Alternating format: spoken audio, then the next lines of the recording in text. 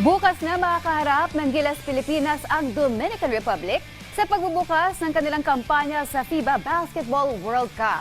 Isang araw bago nila harapin ang pagsubok na ito, humarap sa publiko sina Head Coach Chot Reyes at Team Captain Jack Tagalar sa isang press conference upang ipahayag kung gaano na sila kahanda. Narito ang ulat ni Rafael Bandairel. Buena mano para sa kampanya ng Gilas Pilipinas ang kanilang match-up kontra World No. 3 squad na Dominican Republic.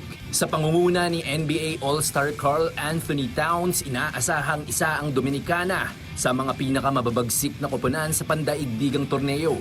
Para kay Gilas Pilipinas Head Coach Chot Reyes, hindi madaling tansyahin ang kanilang tsansang magwagi. Aniya, magkakaalaman na lamang pag tumapak na sa court ang dalawang koponang ito. Of course, I'm happy with what I have. It's really hard to say, do we have the goods, do we have the team that can compete against these guys until we see the actual game, right? One thing is for sure, we will need the support and the prayers of the crowd. I think that's very, very important. We have to be able to punch above our weight. In other words, and I think the crowd will be a big determining factor to be able to help us. Pero paano naman kaya nila binabalak mapigilan ang Minnesota Timberwolves star big man? I don't think it's physically possible for any single person on our team, or perhaps even in the entire World Cup, to stop Karl Anthony Towns one-on-one, right? So it's going to take a village to beat them, to stop him.